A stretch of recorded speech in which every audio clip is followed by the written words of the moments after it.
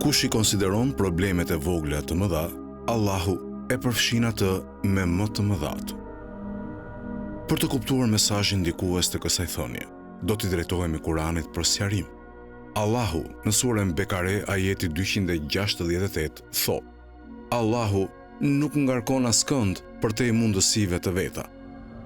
Ky ajet na kujton se Allahu është i vetëdijshëm për aftësitë tona dhe nuk na sprovon përtej mundësive tona.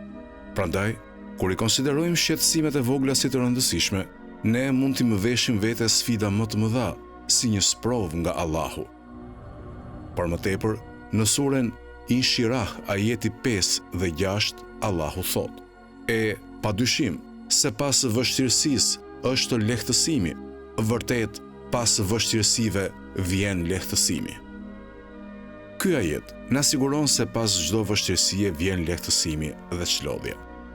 Megjithatë, nëse i zmadhojmë shqetësimet e vogla dhe nuk arrijmë të njohim bekimet dhe lehtësitë që pasojnë, mund ta gjejmë veten të përfshirë në vështirësi më të mëdha. Thonja e Imam Aliut shërben si një përkujtesë për ne, që të mbajmë një perspektivë harmonike përballë sfidave. Duke i konsideruar shqetësimet e vogla si të rëndësishme, ne mund të tërheqim padashje sprova më të mëdha nga Allahu. Kjo ndodh sepse perceptimi dhe reagimi ynë ndaj vështirësive mund të formosojë karakterin ton dhe të përcaktojë mësimet që duhet të nxjerrim. Për shembull, nëse hasim një shqetësim të vogël, si për shembull një gomë shfryrë, dhe reagojmë me zhgënjim, zemërim dhe dëshpërim, pa e ditur mund të tërheqim sfida më të rëndësishme në jetën tonë. Megjithatë, nëse i qasim i situatës me durim, besim në Allahun dhe mirënjohje për bekimet që kemi ende, mund të zbulojmë se vështirësia zgjidhet pa probleme dhe pa komplikime të mëtejshme. Për më tepër, duke i konsideruar shqetësimet e vogla si të mëdha, rrezikojmë të humbasim nga syt bekimet dhe lehtësitë e panumërta që na rrethojnë.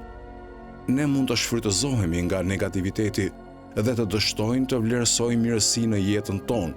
Ky mentalitet mund të çojë në një cikël pa kënaqësie, pasi ne vazhdimisht kërkojmë sfida më të mëdha dhe më të rëndësishme për të vërtetuar perceptimin tonë. Si përfundim, thënia e Imam Aliut na përkujton rëndësinë e mbajtjes së një perspektive të harmonizuar përballë vështirësive. Duke i konsideruar shqetësimet e vogla si të rëndësishme, ne pa e ditur mund të ftojmë sfida më të mëdha nga Allahu. Është thelbësore për ne si musliman të njohim bekimet dhe lehtësitë që pasojnë çdo vështirësi dhe të qasemi sfidave me durim, besim në Allahun dhe mirënjohje. Allahu na dhënë urtësinë për të lëndruar nëpër sprovat dhe mundimet e jetës me hir dhe qëndrueshmëri.